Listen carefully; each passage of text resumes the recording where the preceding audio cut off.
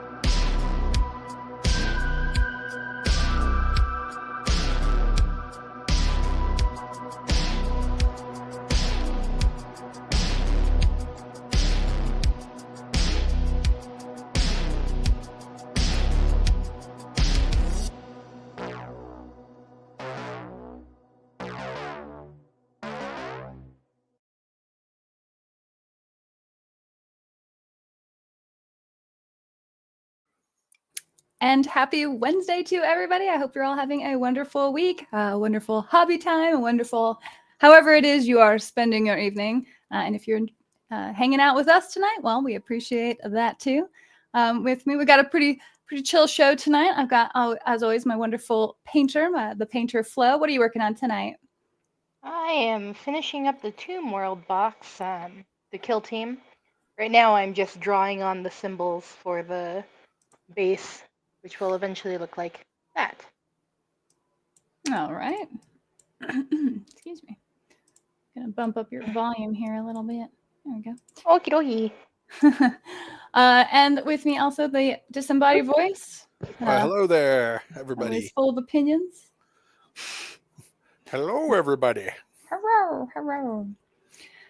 So thanks to everybody who's already jumped on sharing stuff on the Facebook. It looks like I should have a decent number of pictures to share at the end. I always love seeing what all y'all are working on. It makes me, I'm not going to say jealous, a little jealous. Like, on the one hand, I love having a commission painter, but I don't know, once Flo hasn't been working for me like in a while. She's working on I'm here whenever you want to give me something to work on. It's just, I haven't had anything. Hey, you say that. I have a 6-story building that I might throw at you here before too long. That's true. We have a lot of terrain between now and April, I suppose, that we are going to have to work on. So yeah. So with that said, I am announcing, of course, our Kickstarter going live should be on Friday for Valhalla 2026. The official dates are April 26th to May 1st, which is Sunday to Friday. And if you're interested in checking it out, again, that Kickstarter is going to go live, should be on Friday. And there are a few rooms available and bunks. And then if you like to stay off site, there's that option as well. So it's always a fun time. We have an amazing bolt action campaign. I saw Chronic Toast here in the chat. Hey, Chronic Toast. He's one of the 3 guys who runs this crazy good bolt action campaign. The tables. Oh, it is really cool. Let me see if I can pull them up because I'm so well prepared here. Because what Ruben and his friends do, like, oh my God, the terrain looks like a real battlefield. Like, you've come onto the beach after like storming that, and then there's like the little bit of town as you get into the beach, and you're further into town, and it's just it's so practical. Like, it feels like this type of miniaturization. Well, it's like you go to the other side of town and into the fields. Like, you just kind of keep going and keep going. And last year they had a submarine dock. That's right. As one of the parts, and that was really cool. Oh my gosh, it was so good. Finding some of the images, but yeah. So Toast knows what's going on there, but they always host such an amazing thing. And then we've had support from Warlord before, and they're very good, and we have a good time with that. So that's a whole campaign. And then 40K, I think, is going to be making a comeback. Although it's going to be interesting because my feeling, and I don't know if there's anyone else's feeling on it, but I think next year we're probably going to see a new edition. Like it feels about time, right? Like we've been in 10th for a while. There's a lot of FAQs. There's a lot of data slate updates going on. There's no real reason to need to change the rules other than to churn stuff, in my opinion. So probably next year. But I don't know if that'll be before or after Valhalla. So we'll have to see. Images. Were you able to find? I'm also going through and looking to see if I have any on this computer. Because we got Yeah, I know. I a mean, lot of let me look pictures for and 'em. video and stuff like that. That I was like, oh, I wonder if I could find any. They might be on a different computer though. Just too bad. Yeah. But it's really cool. And every year the bolt action. I know the bolt action tables kind of grow. Like they kind of get a little bit better every single year. So I imagine this year will be no different. Oh, Paul's saying new Space Hulk is rumored for next year. Ooh, early, mid, or late next year. I'm so in for I new kind of Space feel like Hulk. Space Hulk is always rumored to be coming out with something new, though, and Well, it sounds like it'd be about right. Ooh. I was thinking, I love it. I love it, Thomas. Yes, I will send you a preview link so you can check it out.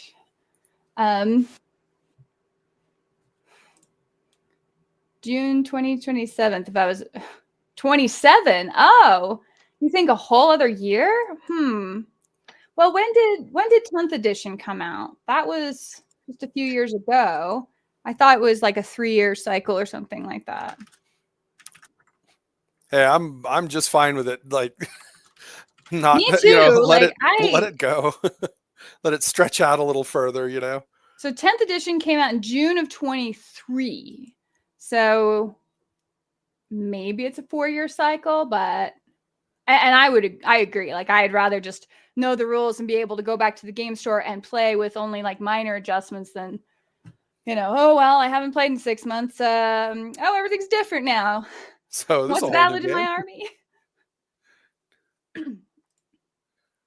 We're bringing 2 new 4x4 tables. Oh, that's right, because you guys are doing Conflict 47 too. So that is like the fantasy edition, the fantasy version of it. I have to have you on the show maybe at some point, Chronic, or one of your wonderful representatives to talk about what you have going on. Because that'd be a fun show. Because you guys obviously know more about it than we do. But yeah, I know you guys are running 2 campaigns, so that'll be choice. I love it. Where did I put all my phone images? Come on. But yeah, I will do that. No time frame, but this year's Birthday Games Workshop Mini was a Space Hulk Gene Stealer. New Blood Angel Terminator's rumored for 26 also. And there is a Space Marine 2 mission next year on a Space Hulk. That's interesting. So I guess that would... Space Hulk just needs to be an evergreen product. They need to lower the price and stick it into Target and Walmart, just like everyone else has done. I kind of agree with that. Like, I think that's, for something like that, I think that's the way they should do it. They should handle it that way. Everyone's there should be almost gateway games, right? That are board games. Like, I think that you kind of need that. I think that's an important part of, a game, a game company that size, right? And as you get to be a larger game company, right? Like back when Privateer was kind of getting in its prime with War Machine, I think having a very accessible board game, and they were kind of doing it, sort of, right? But I think that's important. I hope to see Steam Forge Games doing that moving forward. That'd be kind of cool. Agreed. I'm really trying to also, for Valhalla, have a War Machine presence. I asked Erica and Andy, but they're going to be at the Boker Brawl, so I might have to run something on my own, which means I'll have to figure out how to run it all. But I want to because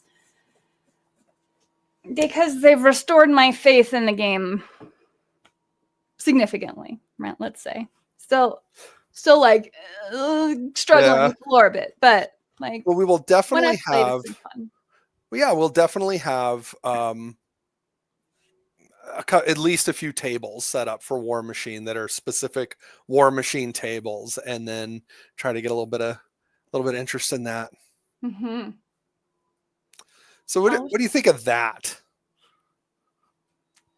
Like Riot Quest for what, being at Valhalla? No. For being like a Yeah. board game that, you know, they could put on the shelves and, Well, they'd you have know, to that sort of stream thing. it down because of the number of miniatures that Riot Quest had. I think if they pared it down, it could be as diverse as like original Heroes of the Storm. Like the way that game had so many characters. I know it was a video game, but like, yeah, No, Riot it's Quest very is so similar in that way. easy to play. Like that would be a good game for kids. I mean, people are constantly looking for games to play with groups of children or just groups in general. I Well, mean, it's like, how do you introduce your kids into the hobby that you spend so much time with? And if oh there's like yeah. a very simplified, like, you know, more quick and fun version of the game, but set in the same universe, then I think that, yeah, I think that's a really good idea. Ooh, okay, so Iron Kingdom's Requiem. I could have a character ready.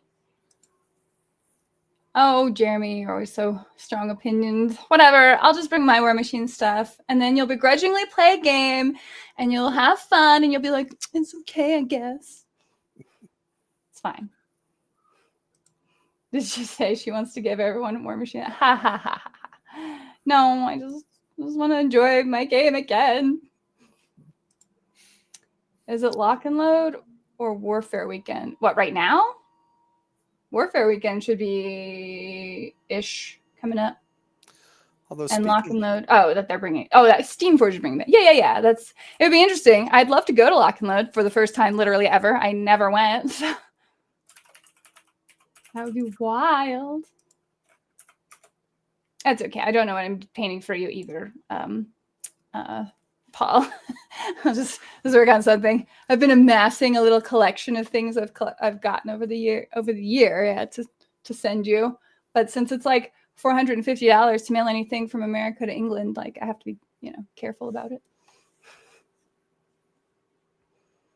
But yeah, no, I think Riot Quest would be a fun game. It reminds me, like, when you think of easy to get into games, I thought Aristea from Corvus Belli was super fun.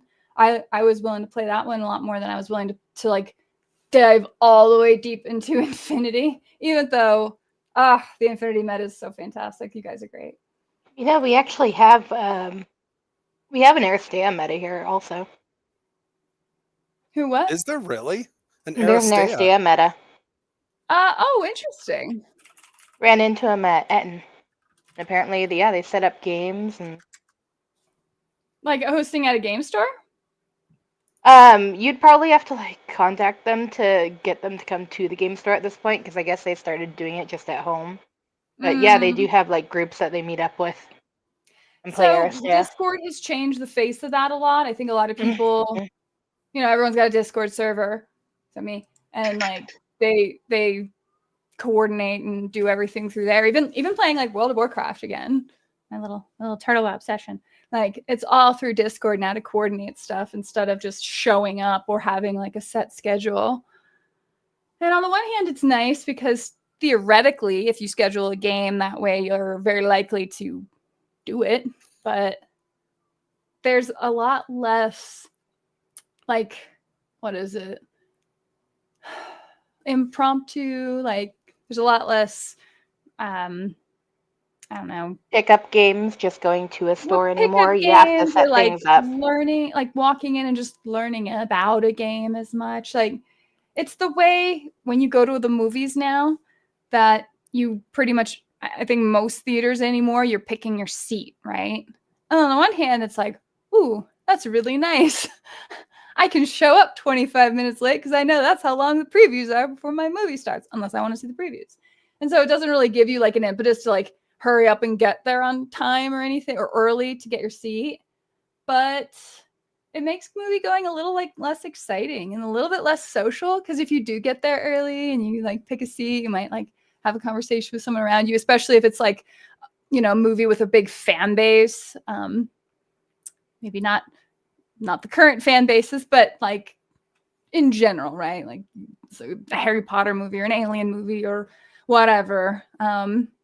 It just feels like it's all a little bit more like everything has to be scheduled now. And if you're not planning ahead for that, you can't just pick up an impromptu decide, oh, I'm going to go see a movie because all those seats are going to be sold or something. I don't know. No, it's interesting. Like a lot of the spontaneity and Spontaneity. everyday that's nice. life has just sort of been It's gone. taken out. And it's strange. You wouldn't think it would. You would think that, oh, I have all these like devices with me online. Do I want to do something on a computer? Let me pull it out of my pocket and visit the internet real quick, and I'll just get this thing. And it's like somehow that's made it where everything needs to be scheduled and is less spontaneous. It's like I don't know how we get there. That's strange. No, it's making appointments for literally everything in your life is one of the most miserable experiences of adulthood I've ever had. Yes. Awful. I don't like it. The Ryan George skit about that? Yeah. Like teaching your kid about being an adult or something like that. It's one of his most poignant skits. It's like, you just have to make appointments. Like, appointments for what? You just have to make appointments. It's like, it's true. You do. It's absurd. Anyway, fine, Jeremy. I will give that a go. If you play with me, I'll play with you. And yes, you are correct. Lock and Load is at Warfare Weekend, which is happening in 2 days. So have fun out there in misery and go fight win. I know the competitive edge of War Machine certainly hasn't died down that much. Got some very, very competitive players out there. Yeah. So that's where we're at. Space Hulk, huh? I still get comments on my old Space Hulk videos once in a while, people being like, are you ever going to do more missions? But then I hear rumors about like a new edition or something coming out. I'm like, what would be the point? By the time I got it out, it would only time out right? So that like the new edition was out and people would be like, what is this crap? Yeah. Well, plus I don't know. It's an evergreen video, but the viewership to it really did sort of fall off from mission to mission. That's true. By the time we got to mission 5, we'd have about 400 people watching it, at the rate that it kind of goes at. Nice. Do you keep up with WoW? I saw they're about to do Burning Crusade on a progression service. Ish. I don't play Blizzard WoW anymore. No. There's issues with that. It's so I don't know if you're familiar with Turtle WoW. It's a really popular, it's a private server, and that's actually in a lawsuit with Blizzard right now. So it's interesting kind of news, but it's a kind of server where they kind of went through and they started with like WoW Classic, it's basic, like the vanilla that everyone started with, but they started, I don't know what you call it, like developing it essentially, but took it in the direction based off of like the original developers' notes and the production journals and like all of that stuff. So they actually made it to where like the direction you thought it would have gone in. So it goes in a very, very different direction than what Blizzard ended up doing. And there's a lot of really cool quality of life things like transmogs and all kinds of stuff that you can do. And it's like, it's an interesting kind of, what would you call it? It's kind of an interesting sort of discussion around it, because it's like, oh, well, the players do want Classic Plus, right?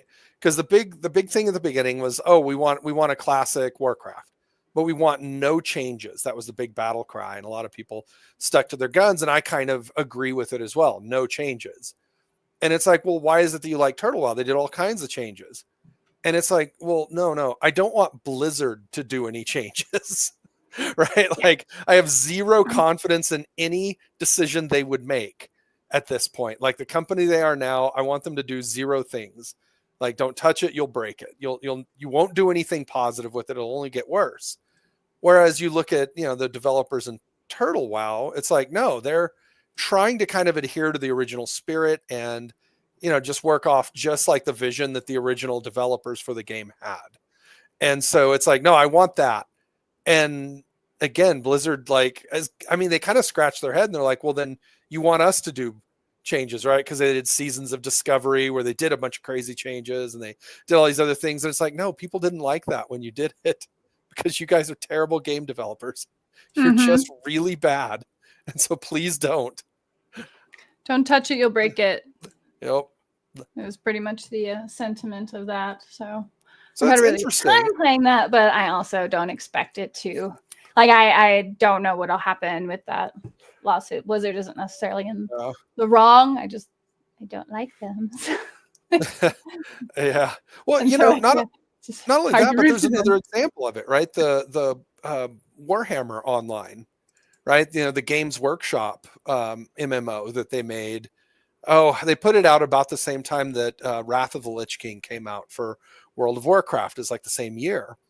And you saw, like, it wasn't Mhm. Games Workshop doing it, it was just another studio, and but it was the actual proper Games Workshop Warhammer Fantasy world. And you know, it kind of did all right. It did this and that. The game ended up dying after a number of years, and they end up doing this interesting license with a third party. So there is, oh, I'm trying to remember the name of it. It's like Rem- Age of Remembrance or Age of something like that. But it's Yeah, something like essentially that. it's a fan run server that's legally a fan run server. They actually did a contract with the video game company, and they've been also developing new content for it. So the version, if you were to go play it now, it's not the one that I wish I could remember the name of the games, the video game studio that put it out, but it's it's not the version of that whenever they close their servers, it actually has produced. It's almost like they've even gotten. In fact, they may have even done official expansion packs for it, and it's fan run though, and it's just essentially a contract that they did with the video game company. Yeah, Yes. well, so Warhammer had done it, but I'm sorry, Warcraft. It's unofficial. It's a pirated server essentially. But the Warhammer online server is not a pirate server. That's officially recognized, even though it is a fan server. It is like a private server type deal. And so it's just a really interesting. I don't know what you call it, like a example of a contract for an IP where the company was actually cool about it, where they're like, yeah, we can't afford to keep these servers open. You know, like we can't, you know, we can't. It's not financially viable for us as a game company to do it. But if you, as like fans, would like to keep it open, then we'll work out a contract where you can pay us for the license, and they do, and it ended up working out great. And I wonder if that's the way a lot of game development will move forward in the future. I know the film industry kind of has done that in the past for certain intellectual properties. Like you'll never see them doing that for like, you know, Marvel or Superman or Star Wars or something. But there've been, you know, what was it? At one point, I think the intellectual property for like The Crow, you could have bought Mhm. it. I think you could have optioned it for like 50 grand or something, you know, which is incredibly affordable in the film industry, just because the you know, so many sequels had done so much brand damage to it that none of the studios were going to touch it. And then I think they just released another one recently just to hold That on did to the even intellectual more property. brand damage. You know, I would say it did if anyone saw it. Point. You know, you know, like I think that it was just I think everyone universally was just like, yeah, I mean, Nope. yeah, I heard they were putting one out. I don't know. I never saw it.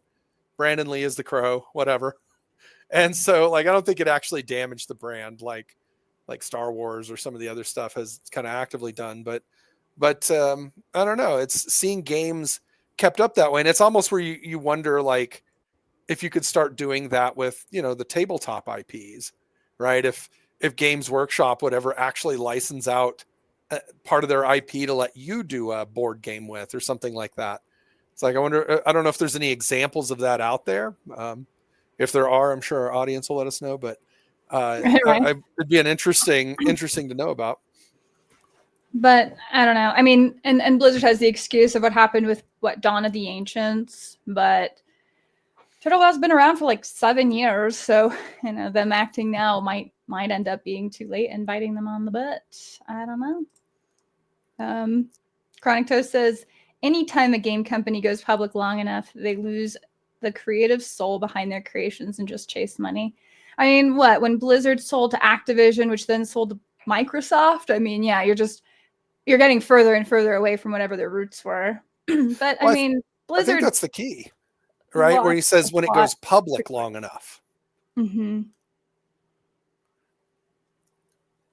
What It's were you saying? like, well, no, I was just agreeing with him and with you on that, where it's like anytime a company goes public long enough, a lot, you know, Privateer, for better or worse, like they kept the soul of what they were trying to do with their game, but they were also just privately owned.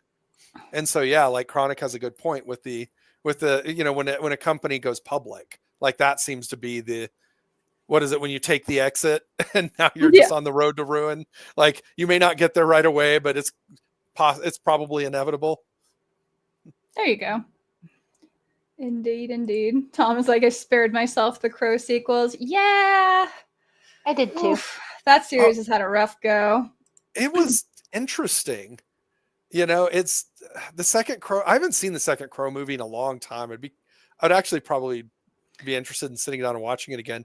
Well, but We end don't up forget watching- they even totally remade it with what, Bill Skarsgård or something. Yeah. Well, that's what I was talking about earlier. Oh, it is. Where, yeah, I mean, the new Crow movie, everyone's just like, eh.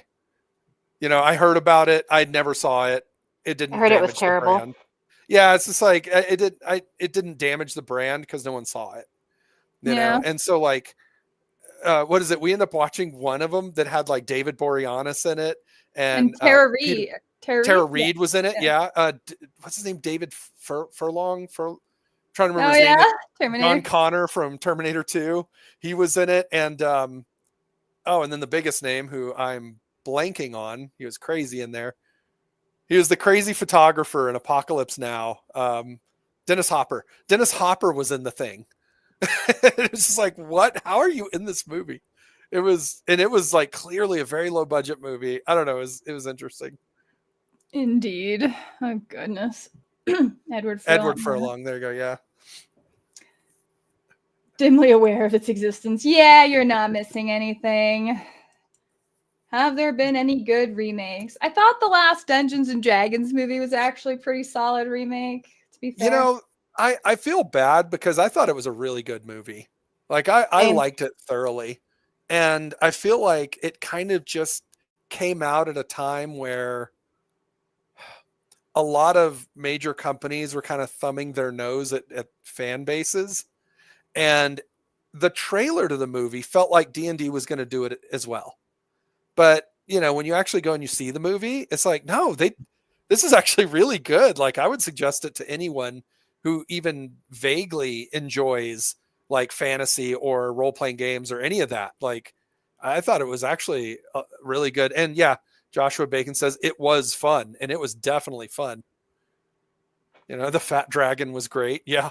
No, it's just so much in it was just sharp and witty and solid. And you know what I mean? One of my favorite parts is with the paladin walking in a straight line. He's like, there's a rock. Is he going to go around the rock? Nope. He's going over the big rock. Oh, that was ad-lib too. Like that wasn't even in the script. Like that line was just completely just in the moment. They were was it really? So good. Yeah. That's even better. And it's like, I don't even know why that's funny. It just sort of is hilarious. No, it's because there's a good naturedness behind it. I mean, we've talked about this obviously before. We'll talk about movies forever, but like there's so much goodwill in some movies that are even ridiculous and silly, well, especially silly movies. When you think of The Fifth Element, when you think of The Mummy, you're thinking of movies that are fun and you really just like the actors and you're just sort of all riding around in this movie together because you all feel like you're having fun together and you don't have this like, I don't know, it's weird whiff of something going on in the movie where you're like, what is that? And then the movie being like, well, if you don't understand it, well, then this is not for you or something like that. Twisted Bishop here has it. And I think a lot of people have that same fear and just didn't go watch the movie. And it's like, that's too bad because they actually did a really solid job. Like I would put it right there next to Galaxy Quest in terms of a love letter of the original material or a love letter to what the fans really enjoy. Including a cameo from like the cartoon, the people in the cartoon. Oh yeah. Yeah, the crew of high schoolers, of teenagers anyway, from the D&D cartoon are in it. And it's like I saw them and I was like, no way. No, and Joshua points out some people forget that movies can be fun. And it's like, what is it when we watch like old movies, like we were rewatching the Scream series. We've watched 1 through 3 now.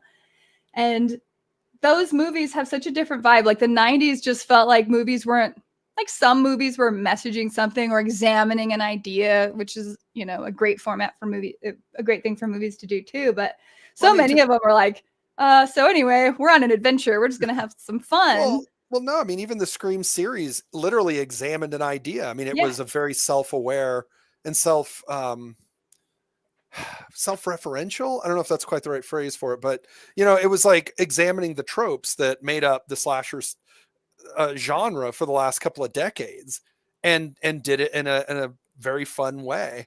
And like, I agree, Joshua Bacon, right? Sometimes it's like, sometimes people forget that movies can be fun. I think it's more poignant to say sometimes film studios forget that movies can be fun. Mm. And like, whenever you would see something like the D&D movie, it's like, no, this was a blast, right? It was a good movie, but it was like, no, we're first and foremost, we're just going to have fun with the movie. And they really did. And it worked out great. And also, what was it here? Paul actually made a good example. There's a really good remake right there by the same director, even. Yeah. Does that count? When was it remade? It was only like a few years later, wasn't it? Yeah, it was only a few years later, but it was just a straight up remake. Like, it is not a continuation at all. And Oh, it was meant to be a continuation. The reason why they had to do it as a remake is because they couldn't get the rights to their own movie. They couldn't take clips from their own movie. no, That was for Oh, Ash vs. Evil Dead, I Behind the think. scenes thing well, on it, and they were talking about the fact that they could not get the well, clips from their own movie, so they had to go over what happened in the movie by reshooting the movie for half of it. well, Basically, to explain what happened. are you talking about Army of Darkness? No, Because I am talking about Evil Dead 2. the Evil Dead franchise has had a lot of trouble with the rights, because they would go back and forth between a couple of different studios. Because even when you watch Army of Darkness, they go back and shoot the parts of Evil Dead 2 that were in Evil Dead 2, but they couldn't use any of that footage. And so it's interesting, if from Evil Dead to Evil Dead 2 they couldn't use the footage, because from Army of Darkness to Evil Dead 2 they couldn't use footage there either. And then when they did Ash versus the Evil Dead, they also couldn't go back and reference Army of Darkness at all, which is why Ash didn't work at S-Mart anymore. Even though they picked it up kind of at the end of Army of Darkness, they just couldn't say officially that he did. And so anything they did with that, they couldn't reference Army of Darkness as part of the lore. And so it's like, it's just plagued with so many problems. It's too bad, because it's such a glorious series. It really is. Moviegoers have become cynical because they've been burned and belittled too many times. When we've voiced valid criticism, disappointment, we were slapped down and called or labeled horrible things. We were talking about this the other day, because all we do is talk about movies and ideas and all these sorts of things. But have any of you seen the Sonic the Hedgehog live action movies? Yes. I actually haven't. My little brother is They're pretty good, actually. Yeah, so that's what I hear. And my little brother's like a huge fan of them. When the first movie was getting ready to come out and the preview hit, there was a reeling from the audiences reacting to what they made Sonic look like. They were like, "What is this hideous model you have made?" And in a very, very unexpected turn of events, the studio were like, "Oh, we're going to pull that back and redesign him." And they actually changed him and made him like a lot more, I think, more like the cartoon, like more like the video game character. Yes. And just more normal looking.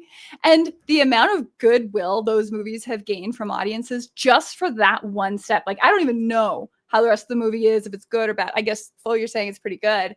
Like, the amount of goodwill you get from an audience by just saying like, oh, well, maybe the customer is right in matters of taste, And it's one of the few examples of a movie studio actually doing that. Oh yeah, it's just like a little bit of customer service in the right time, in the right moment, can go such a long way, right? To getting some like good, I don't know what you call it, good will, from your audience. The teeth, was that the thing? The whole thing was horrifying. Have a good time at Warfare Weekend. Go fight, win. Whatever it is you're doing, unless you're Crix, then no. And die a horrible death. But yeah, I'm glad they listened to the audiences. Hey, Lacerator, how you doing? Good to see you, man. But yeah, they did it. And it's like, you think more studios would have been like, maybe that's not the worst idea ever. But Since when did they have common sense? Well, but somebody did. It's like, it's just never underestimate the power of one person in the right position. God. Right. And they're just like, oh, okay. And the audience is like, I hate the way this looks. I hate everything about it. And they're like, you know what? Fine. You know, we're making this. You're our audience. How about we just change it? Right. And it's like, I appreciate that sentiment, although you always have to be careful with it, right? A lot of times you should, in fact, you should always listen to your audience, but don't always do what they say, right? Correct. Because the audience a lot of times doesn't know how to fix it. They just know they don't like it. And a lot of times they'll come up with ideas how to fix it. And sometimes they're good ideas, frankly. But you know, you should always listen to if there's a general outcry of we just don't like this, then you need to go, well, all right. And you go back to the drawing board and you work on it behind the scenes as a developer. I think that as a game developer, especially as a tabletop miniature game developer, I mean, I think there were a lot of, I mean, we talk about, I mean, you know, probably the biggest example we have of it in general is the way Privateer Press kind of had approached the way that War Machine played, right? Where it was like, there was a lot of dislike from general audiences about like, hey, this, you know, the way I describe it, I've talked about it before on the show, but it's like the 4-move checkmate, you know, and War Machine had a lot of 4-move checkmates. And so you sit down, you organize your army, you get the game set up. I mean, what is it? Like almost a half an hour before you start moving the first models, you know, on the table. And then if within 20 minutes, you're like, oh, I got tabled. I just got killed. That's cool. Well, I don't have a lot of time for another game. So I guess that was a good time, you know, and then a lot of players after getting that experience a bunch of times are like, I'm just going to walk away.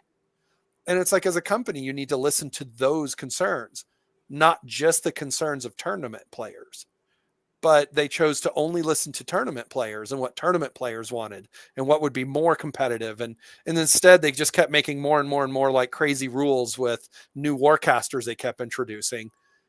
It got to the point eventually where it's like, I couldn't imagine as a casual walking in and being like, how do you play this game? And so, you know, it's like, you want to listen to the concerns that your casual enjoyers have. Definitely the hardcore fans as well, but you should always listen to it. And so it's interesting just watching like this studio make this change. You know, they showed the trailer and there's this general outcry of that looks awful. And instead of just being like, well, it just looks awful because, you know, and just turn on the fans and just like blame them for the problems. They just instead went, we'll tell you what, we'll try again. And they came out with the one on the right and everyone's like, yeah, you know, maybe he's not perfect, but man, you listen to us. That's so unusual. Yeah, so I mean, I think audiences were also like a little shocked at the positive feedback of it. Yeah. So I don't know. It's just kind of an interesting, like. Louise is, we wish they never redid Teenage Mutant Ninja Turtles. The 80s, 90s live action turtles are so iconic. Oh, they really made them as Shrek lookalikes. They are weird. I miss the 80s, 90s ones. Versions. I grew up watching those. It was an awful, awful movie, but I still love it. But yeah, like Secret of the Ooze. And, my introduction to Vanilla Ice, I guess. Yeah. Very important introduction. Go Ninja. TMNT was always and I never read the comics. Like I literally only ever knew the movies and the Saturday morning cartoon, but that's it. And so here's maybe, but I actually did like the who did it? Oh my god, the guy who did Transformers. Oh, Michael Bay. Michael Bay's remake of TMNT. I kind of don't hate. I thought, what's her name, Megan Fox, did pretty good as an April O'Neil. I actually agree. I thought she's a good April O'Neil.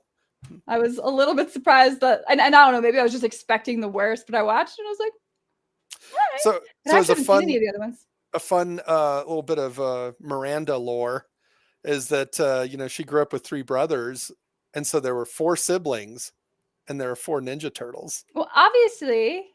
And so everybody kind of had their own turtle. Which one were you? I like to be Donatello, even though my attitude was way more Raphael. But I wanted to be Donatello because finding a stick when you live in the middle of nowhere is a lot easier than finding size. But yeah. Jeff arriving early for Warfare weekend, missing the rush.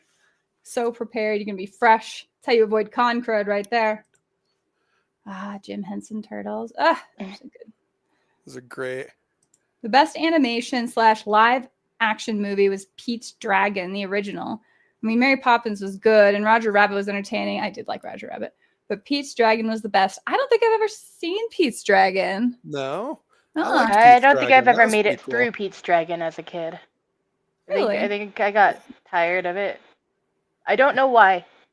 I can't remember most of it.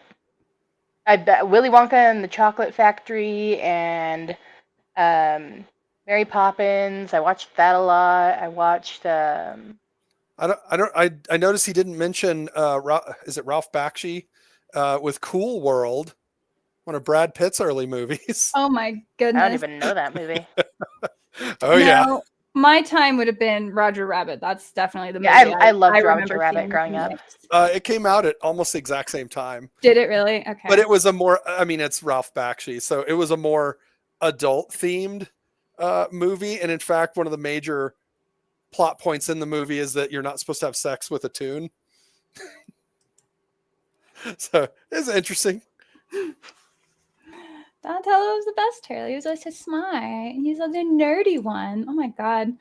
I'm becoming like that weird older woman now, and I see like little boys running around like I don't know, we're at like a fast food place and they've got little glasses on. I'm like, you're so cute. little nerd boys. I went to see Sonic specific. There you go. Exactly. And I think my little brother actually did the same, where it was one of those like, and maybe Sonic also just had the right kind of audience, because not all movies have the same type of audience.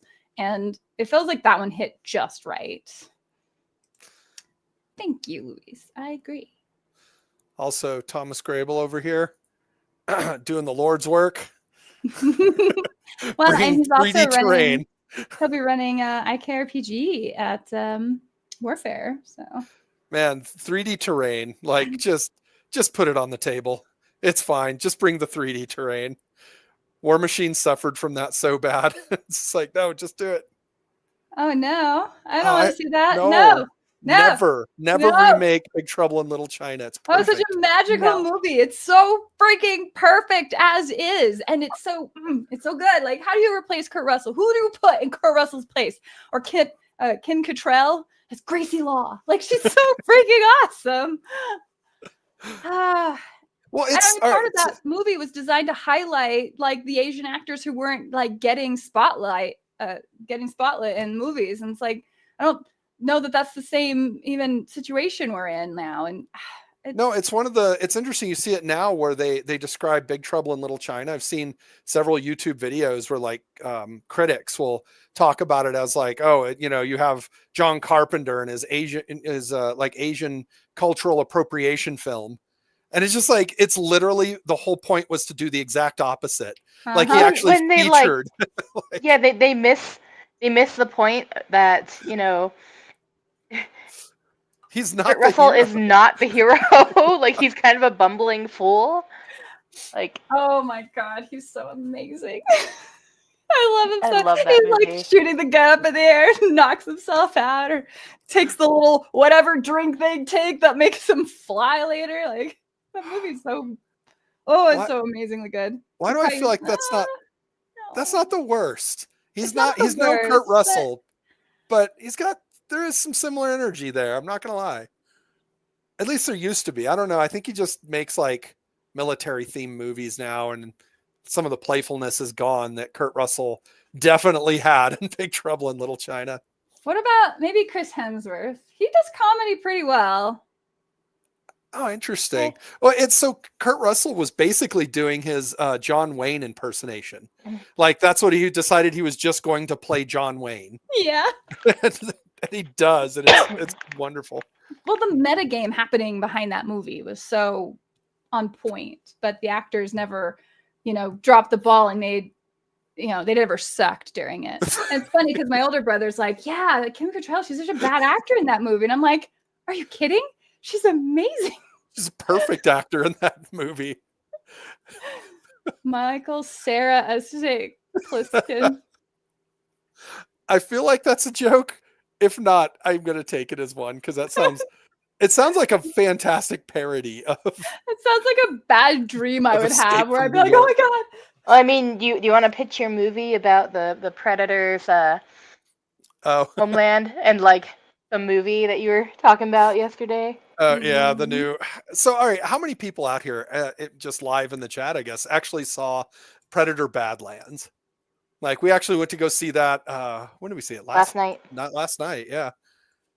And like, it's so we went to go see it, and it's interesting because when Prey came out, we kind of covered it in our live show here too. It's got a fun thumbnail of Miranda fighting a predator, and like and we talked about sort of what that is. Now it's the same director again. It's Dan Trachtenberg. And so it's like, okay, and you went to see it, and you're like, yeah, it's a fun movie. No spoilers now, but yes. Yeah, that's right. This is a no spoiler review, so I don't want to give any spoilers away. But there's certain fundamental things I think that kind of make for a problem when you approach the movie the way you do. There's like, and I don't think this is a spoiler, I mean, in the trailer you see that, he's got this little sidekick, and I think Dan Trachtenberg himself said that he wanted the Chewbacca with C-3PO on his back, like dynamic, and which they definitely did. And so he's got this kind of wise cracking, nonstop talking synthetic, right? Wayland Yutani synthetic. And then there's also this sort of goofy kind of monkey like sidekick animal. It's kind of cutesy, goofy sort of thing. And it's like somebody described it as like a buddy cop movie or something. And it's like, I'm all in. If you're doing just kind of a fun parody or like a weird parody of it, then sure. But this is supposed to be like, no, this is legit. This is canon. This is just part of Predator lore.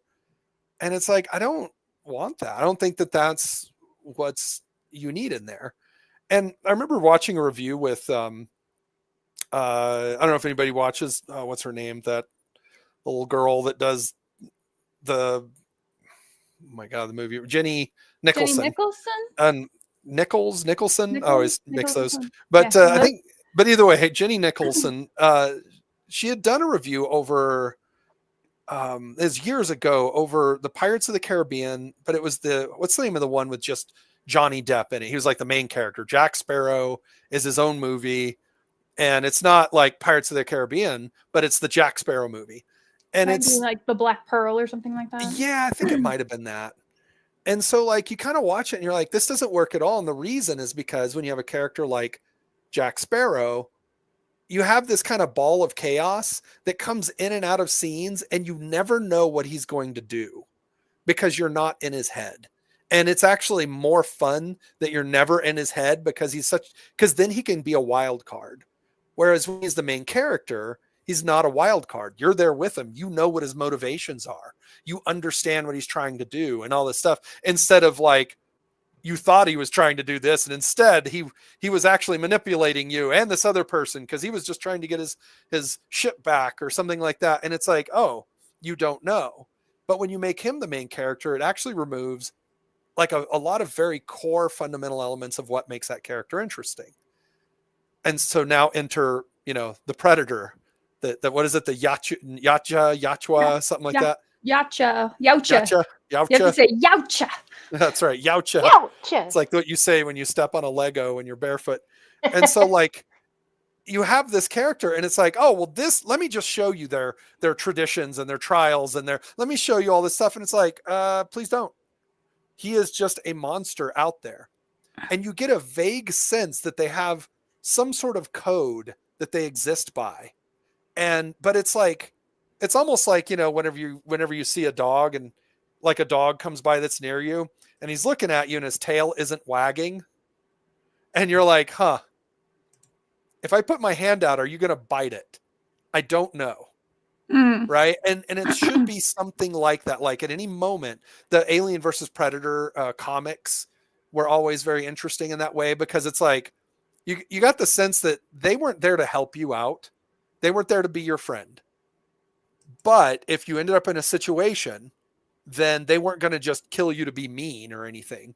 And in fact, there's a good chance that if you weren't like a melee combat or a military combatant of some sort, that they probably weren't going to kill you at all.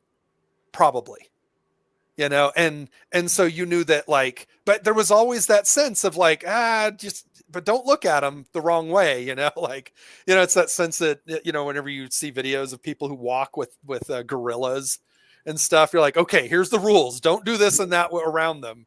Because even though you don't mean anything by it, like, they'll just kill you if you do it. It's like, oh, Lord, you know, because they can, right? They're powerful. A little frightening. And so, you know, you have sort of this kind of example, and it should always be uneasy and a bit frightening if you're around if you're, for some reason, you're in the same room with them. But once you are like, oh, no, here's how they talk, here's how they communicate with each other, these are their familial structures, this is their sense of this and that, it's like, oh, they're just a person. That's all they are. And you can just reason with them, you know? And it's like, no, you shouldn't be able to reason with a predator. Like, things are always on their terms when it's a human running around in a room with a predator. And so it just removes any kind of like fear or mystique or anything else. I mean, you know, you look at the good Predator movies and they're always kind of this scary slasher character. And so, I don't know, you get to Predator Badlands and you're like, huh, yeah, I mean, I guess the movie itself was kind of a fun romp with some kind of ridiculous moments and some kind of whatever. And if we were to get into spoilers, I have other things that are issues I have with it. Yeah. But it's like, you know, and it's just like, if you're just going to go eat some popcorn and just watch some CG aliens knock each other around, you should probably go see it. It's fun. But if you actually, like, I don't know, have, I don't know what you call it, like kind of a fan love for the Predator, I mean, probably you'll see it anyway because that's how that works. But it is disappointing in some very important ways, I think. But one thing that Tommy brought up when we were talking is that he's convinced that like 90% of the planet is tech guys and like people working in office jobs. Yeah. Well, it was making an example, right? Of like, when you go to the Predator homeworld, it really should just look like, I don't know, a technologically advanced civilization. You know what I mean? Because the only time people ever see predators is whenever they're going hunting, whenever they're on a hunt, right?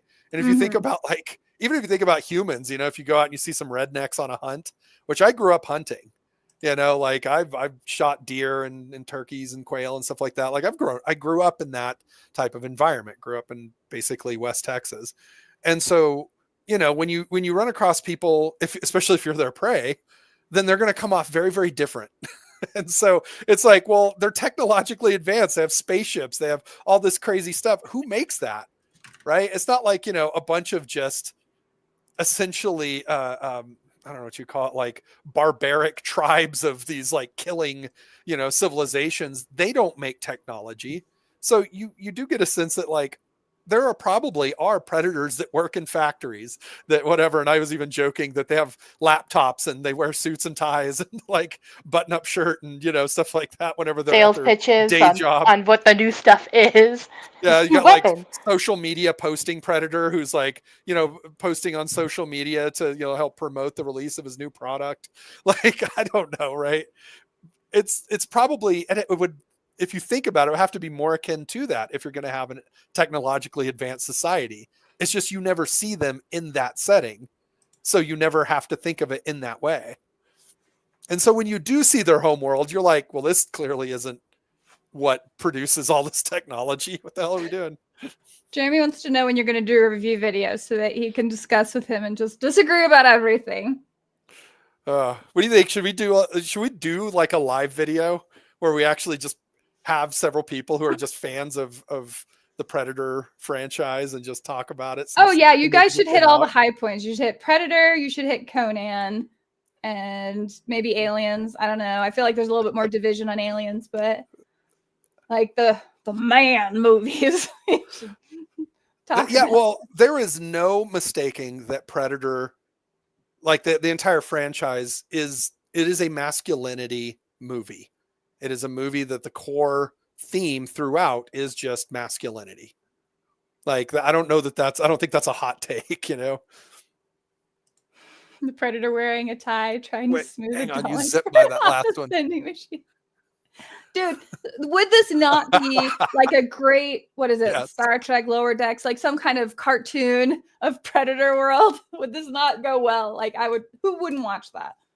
So, by the way, Predator 2 did the thing that, where I can put that back up. Oh, I sorry. think I got it. So, Predator 2, I think did it perfectly. I don't think Predator 2 is the second best movie. I actually think Predators is the second best movie, but I think Predator 2 did a really good job of going, all right, well, Predator 1 laid out the rules, and we are in no way going to violate those rules. Like, that's what a predator is, so we'll adhere to that. And instead, we'll just expand just a little bit more. And it's never even explicitly said, it's just sort of a hint at what it might be. You know what I mean? And so when you see the trophies, you're like, oh, okay. So they came to Earth and fought, like, you know, humanity's, like, you know, what they could find as humanity's, like, toughest warriors. And then you see that and you're like, oh, and they've done it on other planets as well. Oh, okay. Yeah. Well, they're a spacefaring culture. And it's like, that would make sense, but it was kind of neat that they just, what would you like, acknowledge that was the case. And you're like, oh, awesome. You know, Yeah. and they showed, like, oh, well, Danny Glover is, like, clearly the kind of the top dog in this city. And they're even going after the other gang members, which were the other top dogs, you know. But you had an entire sense of, without the Predator having any subtitles and explaining to you his motives, like you understood what he was there and what he was there to do. I think you put Predator 2 above Prey, right? Oh yeah, Predator 2 is way better than Prey. So disembodied voice, by virtue of me, I guess, knocked Prey down a little bit because he has a little bit of that Comanche blood in him, like up the chain somewhere. Yeah. Oh, actually, I'm part Comanche a little bit. Comanche, yeah. So, Yeah. and I read the or listened to the audiobook Empire Under the Summer Moon, which digs into like the Comanche culture. And the Prey movie is about a Comanche tribe and they're dealing with the Predator. And like the social structure they have is in no way congruent with at least the research done from the book Empire Under the Summer Moon, where that little girl would have been able to do anything like she was doing. So I was like, I feel like this is something washing, but what are you talking about? She just has, like, you know, the autonomy to just go do whatever she wants, you know, on a day-to-day basis. yeah. And when the men go out hunting, she's just gonna go too. What? They can't stop her. It's fine. It's fine. She can Yeah, do what she wants. It's a free country. Yeah, and so part of the movie, and it's kind of unfair on the movie because if you just watch the movie not knowing any of that, you're like, oh, it seems fine. Like to our modern sensibilities, it all seems fine. But if you like have any sense of the historical context, you're like, kind of looking at it a little like that's a little bit wish fulfilling. So. Giving it a little bit of side eye. Well, you do because you're like, well, what? I mean, because then it's like, well, are you being respectful of someone's culture by representing them or by misrepresenting them? So. Yeah, I think when it comes to history, you should just represent history as history and not worry about what the modern sensibilities about it are, because you're not placing things in modern times, you're placing them in history. There you go. You'll have at least two people, Jeremy and Boyce, to watch your dude angle review.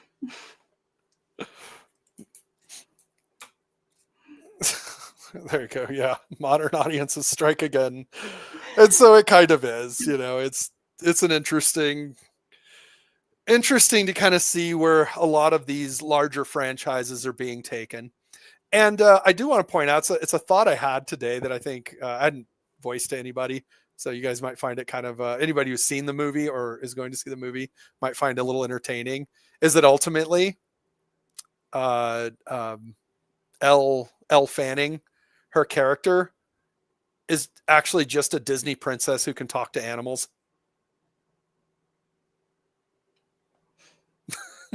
Because on more than one occasion she does.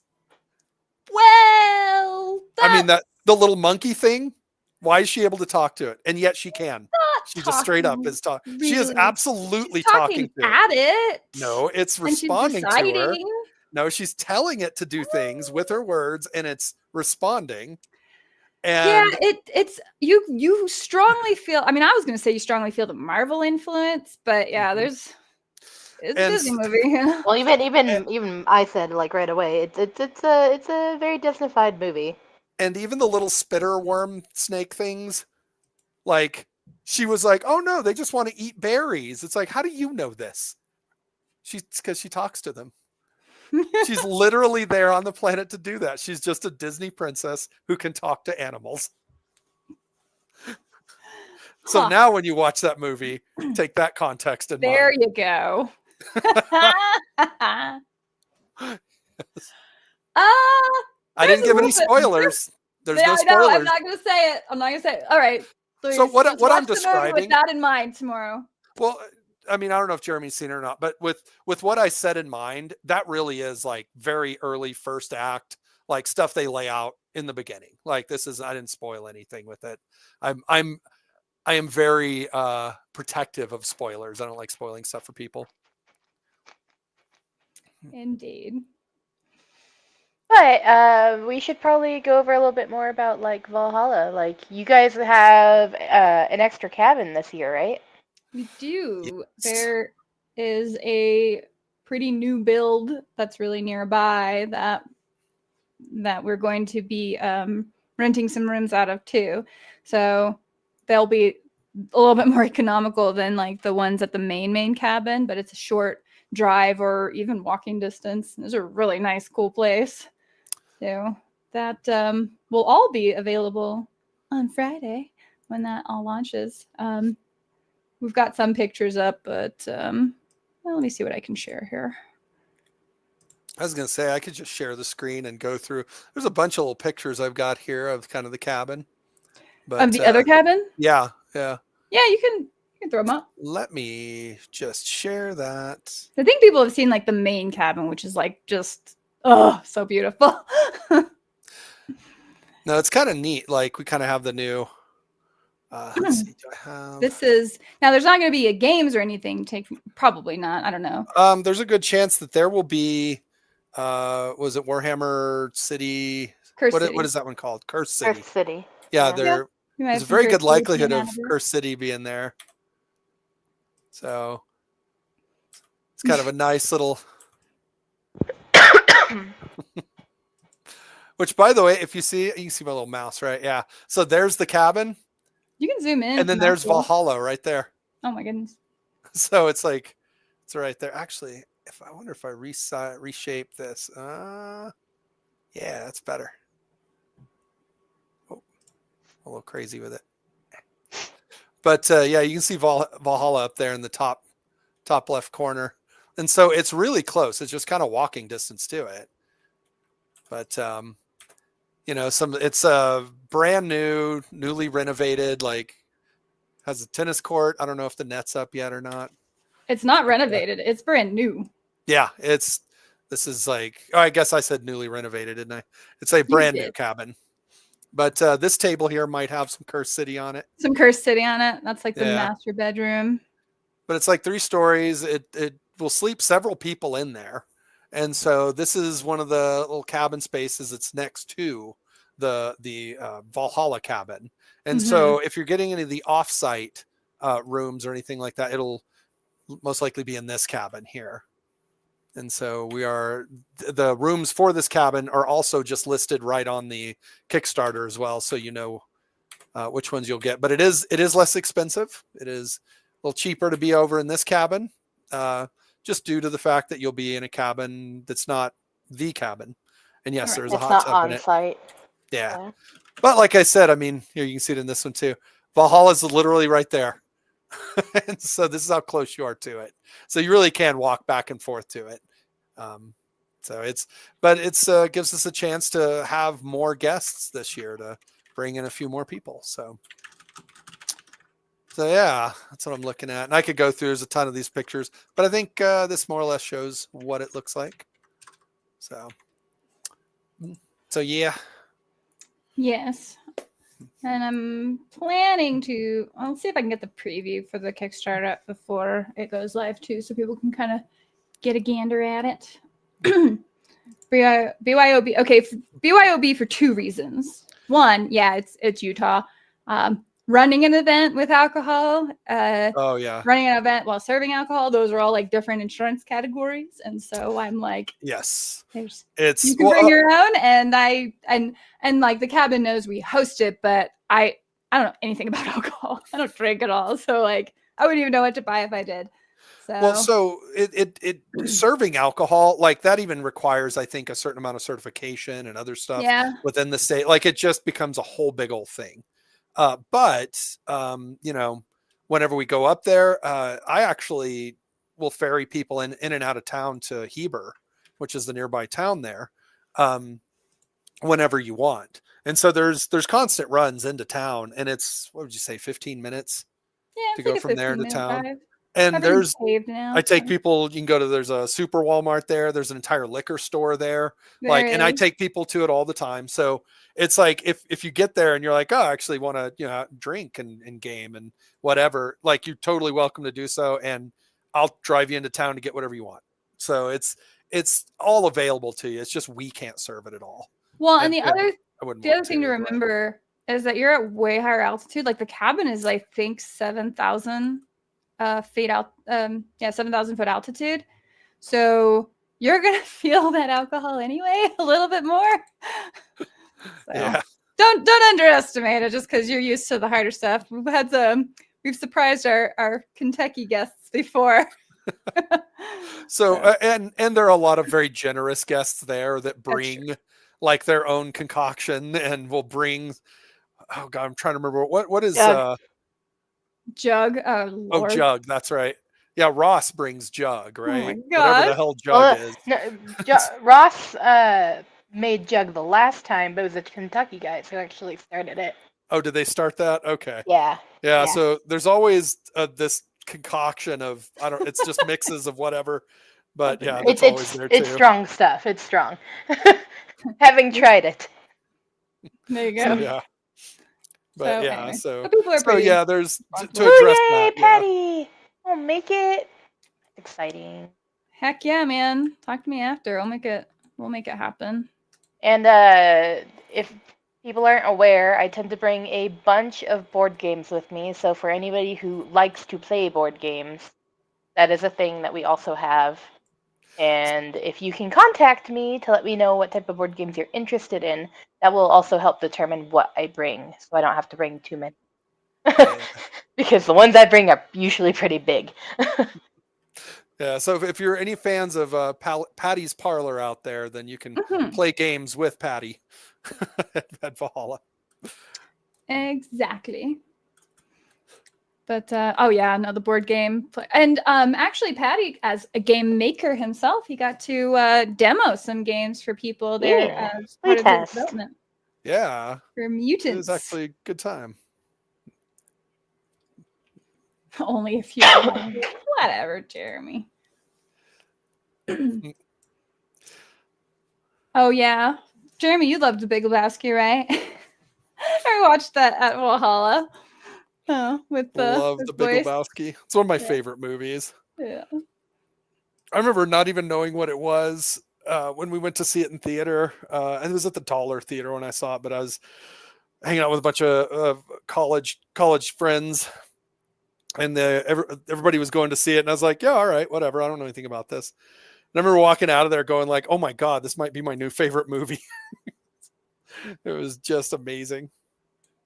Oh yeah, that's what we went with. I think I enjoy Hot Fuzz more personally, but Hot Fuzz is really good too. It's hard. We normally also have we didn't do it this last year, but we have done like a werewolf kind of game. If you've ever played werewolf, like a cabin-wide werewolf, I still want to do like something else. Like I keep trying to figure out how I can make I keep trying to figure out how to make a Clue game. I do. I want to make Clue work so bad for it. So if anybody's got any ideas, like I'm totally open to that because I think it'd be so fun to have.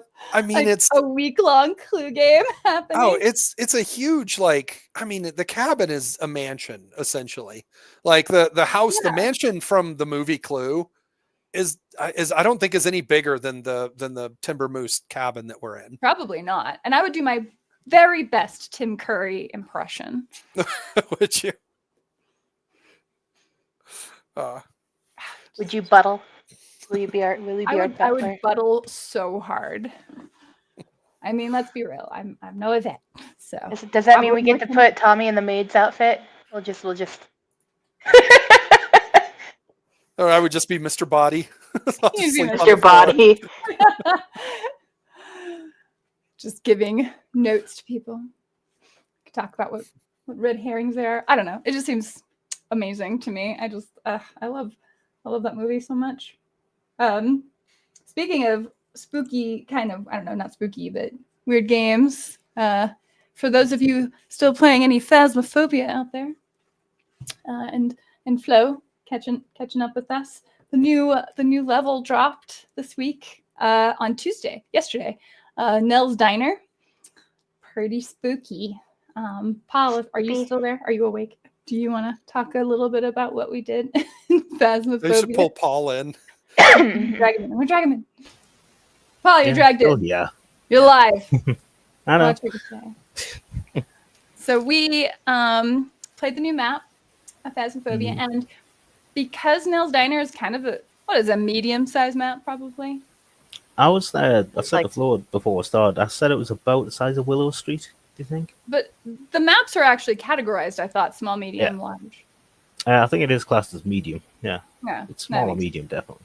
But like I said, if you played before, then I think it's about Willow. Maybe Willow minus the basement, area-wise. Fair enough. So what's actually in it? What makes it different for the new map? Because is it an event map? Nothing else is like a seasonal? diner that's like that, is it? Does it feel lived in at all? Does it feel abandoned? No, Yeah. It feels like it's lived in the in, middle of okay. eating and got up and ran out. Yeah, it's Okay, like the Marie definitely Celeste. different. Yeah, And it It's looks not totally half-eaten meals similar and to that. the diner. I don't know. It reminds me a little bit of the diner from Pulp Fiction. yeah, they've definitely went for that a bit. Yeah, but yeah, when you first walk in, it's the main dining area. I think that's what makes the map feel bigger than it actually is. And then you get round to the back where it's got the kitchen and the office, the break room, and the corridor and the bathrooms. But yeah, it's generally handily. There is the side door as well, so there's 2 ways to get out. Phasmophobia, the fear of insects that look like twigs, sticks, and leaves. Is that, Is that real? We actually had a praying mantis on our steps a couple nights ago, hanging out. Oh yeah, we kind of see them regularly here during the summer. So But is that like, what you pretty do big when you're guy. trying to do your Mockbuster video game? You try to ride on the back of the popularity of Phasmophobia. You make your own game called Phasmidphobia, where you're looking around for giant stick-like insects inside of houses. that would be. Is that kind of like the Stardew Valley prison bus? That hasn't been on the App Store in a while though. So Oh, the cool thing that I noticed again the other day was obviously because Insim and Psycho play with CJ, who's he's the lead artist on Phasmophobia, and he originally just used to join the games, and now he's streamed them himself as well. And if you look in the background, you can see all these Warhammer models. He's got them on a shelf behind him. Oh, nice. Yeah. Well, the first time I looked at your stream, I was like, "What are they?" I recognized it. It's like Warhammer lives in the background of so many creative people's lives. Like you see it constantly in there. I remember when we went to BlizzCon that year when they announced Vanilla and they announced Battle for Azeroth, and it was the same year they had that huge table where they set, I think it was a Guinness Book World Record of miniatures of a miniature where they had diorama. 3D prints of everybody's miniature. Yeah, Not they had everybody. it was like 1/3 of the entire player base. They took whatever character they had the most hours on, and they did a 3D print of it. And all the Alliance characters were 3D printed, and it was an FDM printer. And they had done a 3D print in blue filament, and then all the Horde characters they had done a 3D print in red filament, and then they had built an actual like really nice looking castle that looked like, I think it might have looked like the upper part of Undercity, like the little castle shape of it. And they had the main story characters are obviously high detailed, like, you know, resin printed characters that were highly painted and everything. But then all of the two armies, they just had like lined out like it was a big battle. And it was this huge table. And they had like the little NFL cam, you know, the little like flying camera that they have in football games. You know, they had one of those above the table, and it would move around, and you could actually like, because it would move from quadrant to quadrant. And so if they had a computer where you could look up what quadrant your character was in, so you could try to see if you could find your character in there. But when I ended up talking to the vault keeper at Blizzard, who was like in charge of it. And she was talking about how like at Blizzard, they have an entire room that's just a few game tables and Warhammer on shelves all the way around every wall. Like it's literally just a room where they play like Warhammer, like 40K fantasy and all that stuff. Just so having like your office be the place you can keep your army. No wife aggro, no space concerns. Yeah. Right. Like you don't expect, you know, sometimes people you don't expect to ever be playing will contact you and be like, hey, yeah, no, I've gotten to Warhammer recently. I had a friend that I knew back in California. I just recently got back in touch with, and that because she moved to Scotland. She's like, yeah, no, me and my fiance, yeah, we got into Warhammer. I was thinking of picking up Blood Bowl also. Yeah, I might dress up in full football get up for it. To go play some Blood Bowl. That'd be great. I was like, that'd be really cool. Probably really uncomfortable, but really fun. Seriously, that's fun. It's an interesting. Speaking of like the dioramas, of course, Warhammer World. I'm sure they're doing a new one at the minute, or unless they finished it. It's when you go through the kind of museum section where they've got every mini they've ever made. Oh wow! But in the middle room, it's just a huge diorama, there's stairs around it and everything to see it all. There's just hundreds and hundreds of models. But every day they put an assassin somewhere in it. And if you find it and you tell them, because it's one route to kind of go all the way through. And if you find it and tell like a member of staff, do you win the assassin? I think you do. But as soon as someone wins it for the day, then as long as you're the first one who's found it and told someone, then that's so. They have a new assassin painted for every day. They put it in there somewhere as like they know they're going to give it away at some point. Maybe, or they just give you a blank one. I don't know. Can't remember. But yeah, I sent. It's awesome. I sent Miranda pictures of the whole museum. Yeah, I think it was in 2023. I was there. I've been twice. Been a I minute. think it was 20. Yeah, I think it was 2023. Yeah. Yeah, then they give you the lecture about not posting any pictures of Warhammer World online.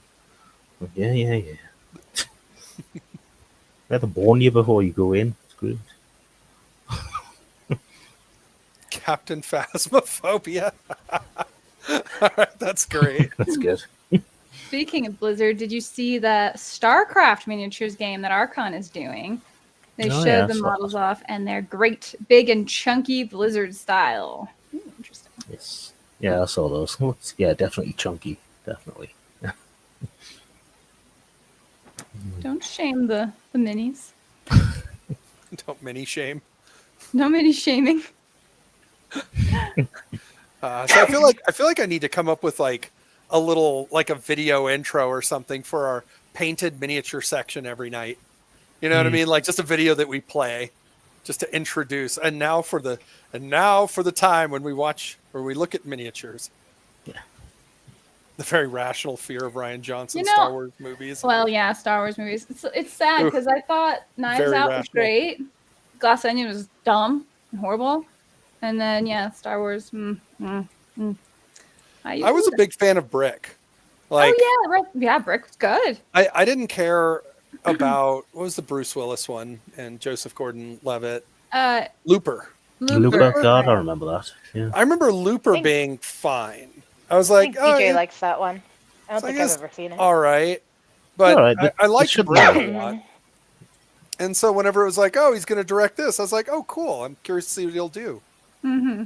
Now I Yeah. take that back. I regret it. I don't want to know what he'll do. I don't want to see. I don't want your opinions or thoughts or anything. I think on Looper they should have left his face alone. Know how they CG'd him a Oh, bit. yeah. to No, it was a make- prosthetic. Oh, it was a Yeah. prosthetic, was it? Yeah. Yeah. They should have just left him looking as he did. It just Yeah, made it's him too look distracting, right? Weird. Yeah. Yeah. I mean, it was a bold call, but Bold call? sometimes it works out, sometimes it don't. Felt like a I spiteful call. not Totally gonna lie. felt For totally the felt the critical prosthetic? drinker there. Oh, Posting the his little prosthetic. clips. Bold choice, Cotton. See how it works out for See if them. it works out for him. Yeah. Yeah, not the prosthetic. I meant the Star Wars. Sorry. Oh yeah, no, Star Wars was Yeah. a different problem. Looper had one See, great. Looper had a great sequence where they're operating on the guy in the past and he's losing body parts and Yeah. forgot about that. Sounds horrific. Freaky. Yeah. Well, it's a time travel movie. It's got interesting connotations to it. I mean, some time travel guess movies I'm- are really good. That's kind of Yeah. interesting. Like Bill I've and Ted. been writing a script for a while that's I guess is a time travel movie, Mm-hmm. but the protagonist isn't the one who's traveling through time, or the person who's traveling through time has no ability to affect their own. I don't know what you call it, their own situation, but there is someone who can affect it, but they're not traveling through time. I don't know. It's an interesting way of looking at it, but it's. Have you We'll see seen the how it movie goes. Primer? I have not. I want to see Primer. I've heard a lot Yeah. about it. I just Yeah, haven't that- seen it yet. Yeah, you definitely have to see it. Definitely. I have heard many good things about Primer, Yeah. and it's just like an indie film, like this real low budget Oh, yeah. indie film that they just kind of nailed a really interesting concept on. And so, yeah, I've been wanting to see it for a while. Yeah. When's Yeah. 2004? There you go. Yeah. Yeah, my friend Jimmy kept telling us to watch it, so I did. And then I said, "Yeah, I'm gonna have to watch it about 4 more times." And he went, "Yeah, it does that." It's like, well done. There are diagrams online and flowcharts to explain things, but in a good way. All right, enough of our movie talk. Do you have some miniatures for us? Yeah, yet, I was just Miss gonna Miranda? go look and make sure I think I got them all. Sometimes Got Facebook you likes to all. hide comments from me, so I keep checking back to make sure that I've got them all. But I think I do, including the one Paul sent me on Discord. Yeah, there you go. This is correct. It is possible. But Yeah, But, technically. I mean, if you got really drunk, you could go fast. You can go past hours and not remember anything. So well, Miranda likes to teleport whenever we travel. So So does DJ. she just closes her eyes and then opens them, and she's like somewhere, 100 miles away, just sort of blinks from place to place. Yeah, it's really bad when I'm the one driving, though. But all right, let me get my image up here. Share screen. We're gonna start off with Charles' miniature. Got some tinks happening here. and a war jacket at the back. With the Oh, war yeah, jacket there in he the is. background. Little Kador Tasteful jacket. Kador, side Kador in the background. I love it. Can't go wrong. Where is that? Why does Facebook hide comments? You should Why do you squeeze protect the window, your picture window, squeeze it in just a little bit on the actual window. There you go, right there. Yeah. That way it fills out the screen, makes it bigger. Makes it bigger. 3D printed Toon tanks for Battlesuit Alpha. Oh, okay. That's what this one is. Those are cool. I like the little foreground tanks. They kind of have that Sherman tank feel, that rounded, angled shape. There's a Korean horror movie called The Call that did a similar thing. There, two women are calling each other in different time periods, and it turns out the girl in the past is crazy.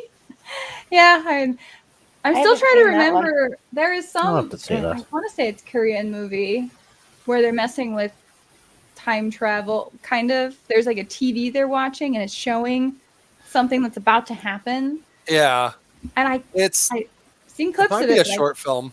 Well, maybe it is. we saw. So I don't know if you guys ever watch The Craftsman. It's like this Cajun guy that does a lot of really cool crafting videos.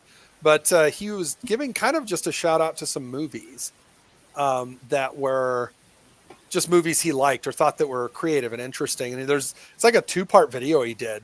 And one of the movies he was showing, we had seen about half of the movies on there already because we try to look for like weird, crazy stuff. But one of them was that movie that you're talking about, and just starts off as a guy watching a TV, and then the scope of like his environment keeps getting bigger and bigger as the camera starts moving to more and more people that are involving themselves with this, and it Yeah, ends it's up being pretty really cool. interesting. Pretty cool. Charles' second picture, we've got the Ellis Island guys shooting a really large slingshot. Those guys are great. Nice. They are great. Hawaiian tiki gnomes with pineapple catapults. Tiki gnomes. That's Tiki great. gnomes. Yeah, makes Those sense. tiki I gnomes, mean, eh? You ever see the Hawaiian Santa Claus? I don't know if I have. I've seen the Soviet Santa Claus. He's terrifying. No, Hawaiian Santa Claus wears surf shorts and on a surfboard. Dead Morose. That's his name. That's right. I was trying to remember his name. The Russian Santa Claus. And there's Winter Girl. I think he has a sidekick that's, I think it's like his niece or something. I don't know. No, it's serious but dark. Probably one of the best time travel series I've watched. All right. Interesting. In the tiki room. But nicely done. They've got a lot of personality to them. Well, I love the little tree bases that they've got there for the terrain. That's pretty fun. Oh, in the background? Oh, yeah. Yeah, those are cool. Whatever's going on, they don't look like they're up to much good. They look like they're gonna be chaotic. Chris, you got some old Umbry models. Yeah. Pull up his note about them. If I can find it. What you finding? Yeah, so Stub bears. lost of old Umbry were creatures and troops. So yeah, I don't remember the names of these specifically, but yes, they are old Umbry. They are the where they're partly feral. They turn into feral guys, I think, or they've been turned into ferals, basically. Yeah, my first thought was, you could bash a really good man bear pig with one of these models. Yes. Also that. Well, I mean, there are. I think I have a models model already, for that, right? because they made Man Bear Pig one of the abominations in Zombicide 2nd Edition. Here's Yeah, little awesome. goat dudes that I played against Ice King with. Yeah. They are kind of OP. Like they just run up and hit you, knock you down. They just headbutt, knock you down, create line of sight, create ruin charge paths. Like they are kind of really powerful. Those little shepherds. Well, of course, you have to always paint one of them black and have is it Black Phillip? Black Phillip, of course. Yes. So, which maybe is what's going on here. It's hard to tell. I don't know. It'd be hard for you to field those, right? Since you kind of hate goats. I do hate goats, but then I just don't feel bad if they die. So it's fine. There's a guy like It's a dilemma. Oh, he's cool. I mean, he's just a beast man, basically. I mean, he's like he's a shaman, which kind is of cool. Like I always liked beast men. They were really cool looking. So animist. Wouldst thou wish to live deliciously? do you like the taste of butter? That's like, does everybody only remember the last 10 minutes of that movie? Well, That's all I that remember. moment where you're just like, what? Well, as all far right. as like lines, that's the one to remember. They did. The old Umbry models do look great. I mean, let's be real. Like Kador and Circle of Boros always had such strong identities and strong aesthetics that mixing them together, is also a really strong and cool, creepy, woodsy. Absolutely imagine like the Vivitch kind of world that they're in. But once you take your peanut butter faction and your chocolate faction and you make a peanut butter and chocolate faction out of them, well, then what do the other factions have left, right? So Licorice. JP got rockets. Thanks, Goat Eyes look Red like they're vines. asterisks. Look like buttonholes. Buttonholes? Oh yeah, they do.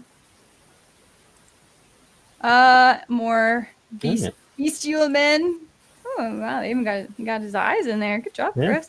Look at all Got that his muscle. roar. So strong. Got a little bit of armor. Not that he needs it with that 6-pack going on. They look really nice. I like the snow effect too. I wonder if that's a specific snow material or if that is Like baking soda baking or whatever. soda. Oh, yeah. I think that is a snow material. It is, what is it, like shaved resin or something that they use to kind of make white snow? That's more what it looks like. It looks good. Yeah. Dexter working on his beautiful tables. Too. Dexter, you gotta get your client to come out to Valhalla. I think you'd have a good time. Play some Blood and Plunder. Introducing a whole new group. We would do some blood and plunder. Completed my shipyard cranes for the Trey Parker Blood and Plunder table. Oof, looks so good. Such a cool looking table. It looks fantastic. I know. Look at the details. There's all this, Yeah. this busy stuff happening. They've got the. Was that a water? No, that's the crane. Okay, so we saw the crane last week. And then the shipping crates, and I don't know, just the more you look at it, the more you see the functionality of stuff happening. Yeah. Of how it Definitely one of works. those. Yeah, there's always something to spot somewhere. It Yeah. Like feels the very old- lived in. It feels like a living world. Yeah. Like the old school hamster wheel crane is super cool. I remember Mhm. seeing how that's actually done in that there was a little documentary series we saw in of this group in France that's recreating a medieval castle using the means and methods that they used at the time, and it was almost like a live action archaeological experiment because there's a lot of things they didn't know how like a lot of little aspects they didn't know about how people would make their castles back then, and so Mhm. they're going to do it in the in that fashion to see what solutions they come up with, and then compare them to like archaeological finds around other castles to see Right.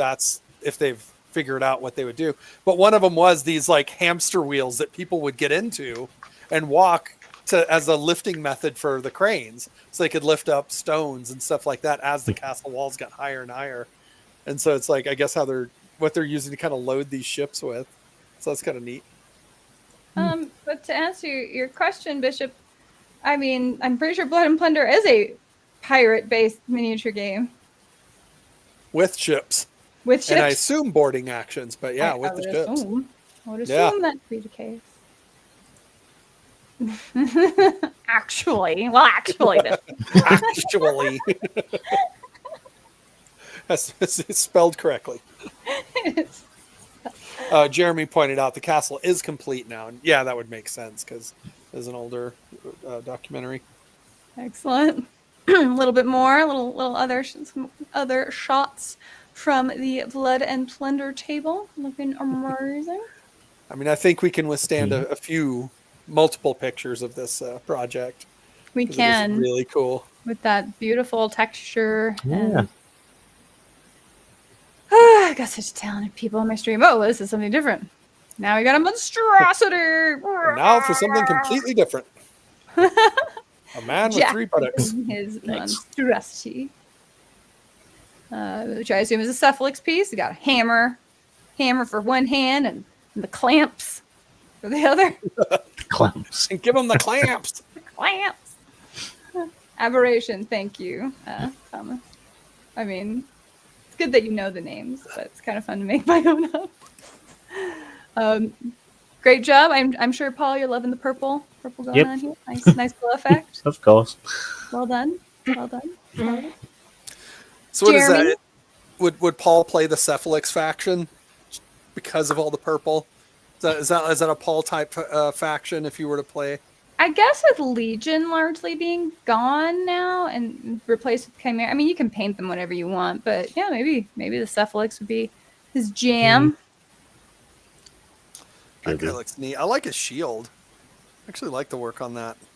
Yeah, no, that looks like a classic miniature. You know, that looks like that might fit well in a game of, say, Hero Quest. Yeah. Yes, it would. Matthew with this lovely guy. Is that Crix or Cephalix? That looks like Crix to me.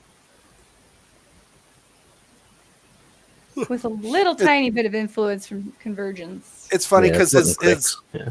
it looks like his arm on the right is going up to like a fist, like just from the way that looks. If you move, Yeah. it looks like he should have a cane or something, you know. So if you go to right there where a cane would be under that, because the design of that model looks like a hand to me, like a cupped hand. Yeah. And so it looks like Yeah. you should have that at a glance. That's what it looks like to me initially. Well, it's well painted. Like It looks nice. the separation, it's got that sleek, oily look. Some Ooh, those are creepy neat. vats of Ooh. things. That's oh my. Yeah. Yeah, that works well. God, what a kind of nasty orange ichor Yeah. pumped into those vats. Like that looks cool. Is that tinted plastic or is there actual liquid in there? But yeah, that No, looks no, really that's it's a Like a a resin, cellophane a or tinted something, resin. or a I would resin. think. that could be a really cool War Machine table, like entering a Cephalix factory Yeah, and having to fight around like these vats and the modification tables, and you could have the cool effect from Aliens where there's the chains coming down from like a ceiling, like there's just chains you walk through. That'd be fun. Paul! Oh, Uh, yeah. Yeah. Now, where is this, a print or official? No, it's a real Yeah. 90s gene stealer. I've Where's got a ton of them. see on his hand on the right, you can see a little bit of the mold line. No, Oh, the right green here? hand. Well, there too, yeah. Yeah, there's a few. But yeah, right there on his bicep, on his green hand, like his left green hand. His left green hand? Oh, His here? left, yeah. And so yeah, you can tell it's an official, actual GW one. Mm. It pretty much just started off as just testing a few new army painter paints I got, and it worked out. It's lizard folk cyan, and then I dry brushed just wicked pink all over it. So I thought, oh, if I ever want to do a synthwave type model, I'm just going to use these two colors. Yeah, I know it really does it. Like the little gradient on there is nice. No, it looks really Then- good. Well, there you go. Go back to the Good. previous picture. Yeah, I was going to go back to here real quick. So, oh, okay. Really? I would not have guessed they were prescription bottles. Yeah. Like, that Yeah, sells well done. very Nice well. work. Oh, you know what? And the little thing, the case that they sit in, is that the twist top? That's kind of cool. Let's see if I can find his other one. Those look great. Like it's very, very creative. Very much so. But it was a bit of silicone sealant in them. Okay. So it See. adds Yeah, that twist kind of top's the full bottom. of Yeah. filled like sense to them. That's neat. Ah, I see the one you're talking about. There's always one. It's always one. Gotta represent my audience in here. Gotta do it right. Even though Facebook Yeah, the desperately works to hide this crap from me. twist top is the bottom base. That's what I was saying. As soon as you said that, I was like, I bet that's what those are in the bottom because I can kind of see it now. Yeah, that's great. Hmm. Let's refresh that and see if I can get the other one to show. So there we go. And that's his other one with these little guys. I don't know what they're gobbers. Oh yeah, Yeah, little gobber. Yeah. They made the gobbers little monstrosities. How are they Those guys, cute? those guys look straight out of Labyrinth. They super do. Oh wow. Like I also get like his hand, the big gloved hand reminds me of Orko from like the He-Man cartoon. Oh yeah. There's like that style influence in there. Oh man, where are they? What's coming out of the tube? Gobber drudges. Insect. That is amazing. I love it. Well, fantastic job. He's like just pointing, go do my bidding. Mwahaha. And then, yes, Paul's Gene Stealer, right? Proper? Yeah, 90s Gene Stealer. A Those, 90s Stealer. because the blue plastic, not grey plastic. So He's a techno beat stealer. That's what he Yeah. is. Why gold claws, out of curiosity? it does look kind of cool there. It's Army paint as a gold heavy metal. It's kind of a silvery bronze. Ah, Oh, But yeah, the way the interesting. lights. Yeah, it photographs warmer, I guess. Yeah, I've wrote all the paints down because that model's in Canada now, so I'll write it down. The food that kept your cater caster alive while he was pretending to be a dredge. that's right. Human body could survive for weeks fasting. It's fine. He didn't eat anything. Ruben! Ooh, what do we got here? For what it's worth, in the story, it does say he was eating it. Those guys are great. I love that they have suspenders. It's my favorite part about them. Oh, yeah. So is this from Conflict 47? Yeah, where are these from, Ruben? The equivalent of tin bits. Oh, God. They are Ursus Grizzly Soldiers. And yeah, it's from Conflict 47. Yep. Okay. It kind of had that vibe to it, yeah. Yeah. Well, excellent Those guys are job. Thank you cool. for basing your models. Look like you're going to have a whole army ready by April. Speaking of, Ooh, Yeah.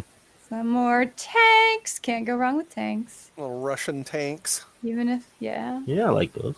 Yeah. I think I know what paint Chronic Toast uses. Yep. That's what I'm switching to. I don't use Citadel anymore. Just use all Army No, paint very now. many people who use Citadel anymore. Yep. It's just not reliable.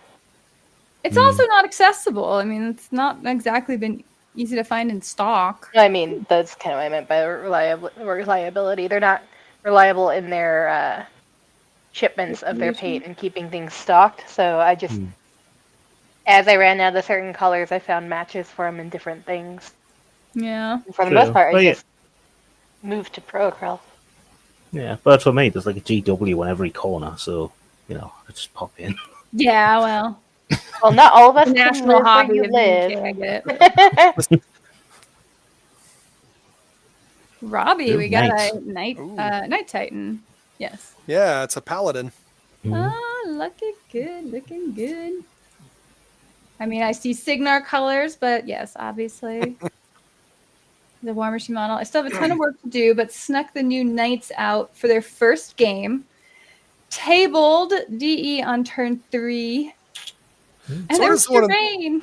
What is the one in the back? Is that a Crusader? Is that the one in the back with the With chain a little gun? chain sword Yeah, and I think it like a is. Gatling gun type of thing. Yeah. And then the one in the foreground is the paladin one. Yeah, it's definitely Paladin. Recognize that.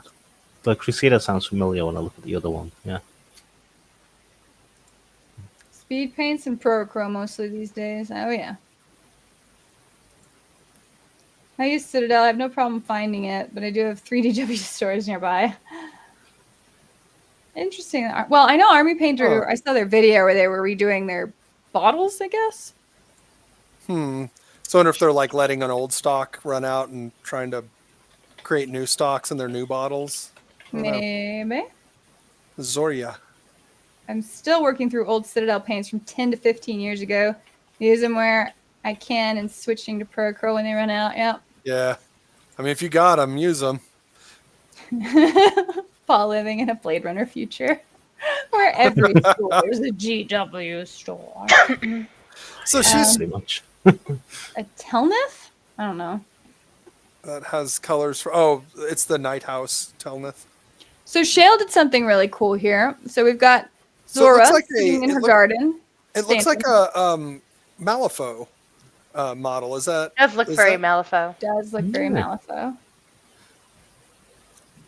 But what did he do with it? You were saying, Miranda? So yeah, check it out. So we got this one. Then what's going on? Ah, What's happening? And then he has the, what's going on? it's got the UV paints on there. That's Yeah. cool. Yeah, it That's looks cool. brilliant. So there's like I've seen more over the past few years, and the black. This is blacklight, I think. Yeah. Yeah, Just fluorescent paint. And yeah, then it's in the UV glow-in-the-dark. that's reacting to UV paint. Yeah. But I love it. Yeah, that's super cool. I've seen a few paint jobs where they'll do Night Titans, in fact, where all of the little things that would be lights, they paint with the UV lights. So then he has you'd take like the little UV flashlight and you can Mhm. turn it on and put it on, and it looks like their lights are coming on and There off. you go. It's really neat. Yeah, no, it's sweet. Nice. Yeah, cool. So yeah, I want to show that off. And I've seen more and more with the glow in the dark paint stuff, which has been like kind of a fun. I mean, I guess it is a bit of a trend, but it seems like you can kind of really do some fun stuff with that. And then Thomas rolling up with his masterclass, starting off with his base, and then getting his muscle striations in there just right. I don't know which character this is. Thomas. So rare to see them only at this stage. Usually they're so much more finished, but it's nice to see True. Is Like, this the what Trollkin the work looks like. First- Warcaster? Matt Harger Stormjaw for my Brine Blood Marauders. I'll finish him when I get back from Warfare Weekend. That is interesting seeing the work in progress. Like, Hmm. gives you an idea. She's Because from it's- Moonstone. Yeah. Okay. Yeah, looked really good. Thomas is, yeah. No kidding. Ella Tyler. Thomas's other model. Oh, Ooh, I do like those bright colors. I like that. Yeah. It's just the right gold and turquoise like combo there. Works really well together. It's one of the It's got a really struggle- nice balance to it. Yeah. Well, that's what I was gonna say. Like, it's hard not to make gold and those sorts of jewel tones not be garish. But yeah, he's got a good way of, I don't know, smoothing out that color. This is Exelon Nostilla from War Machine. Yeah. Chronic Toast is marveling at the brickwork on there. yeah, Yeah. I know. That's Oh, the red It's really bricks. well done. Low key show off right there. So excellent. As always, Thomas, I'd love to see your work. I also think you were the last model on here. Yep. So there we go. That concludes us. Look at that brickwork. She is the first of the Witch Coven I'm working on. Oh, nice. Well, I suppose we need to call it here. It's been a minute. We're a little bit over. We'll be back in 2 weeks, which will be November 26th, day before Yeah, Thanksgiving. 26th. That should be interesting. Maybe I'll do a video game stream. I don't know. We'll see. But Valhalla Kickstarter going live on Friday. I'm going to try and share that preview for you all ahead of time. And yes, hit that like button. Thank you all for showing up and hanging out tonight. And we'll see you guys in 2 weeks. Have a great night. Bye. Take care, everyone. Bye.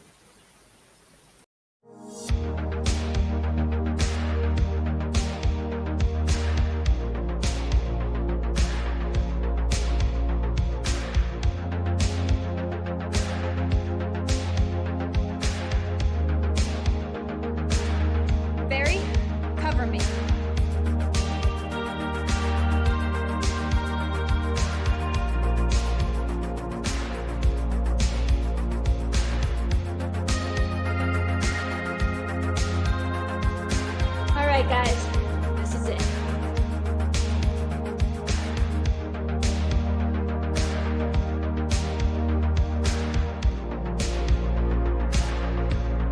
Copy that.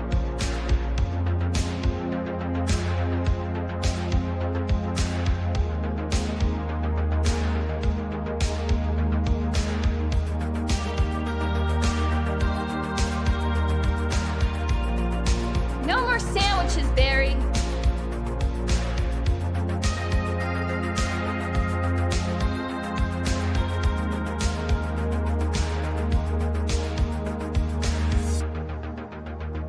What's wrong with this place?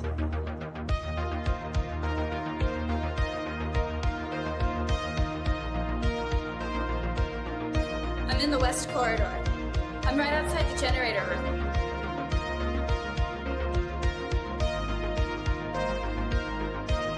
I'm out of bullets.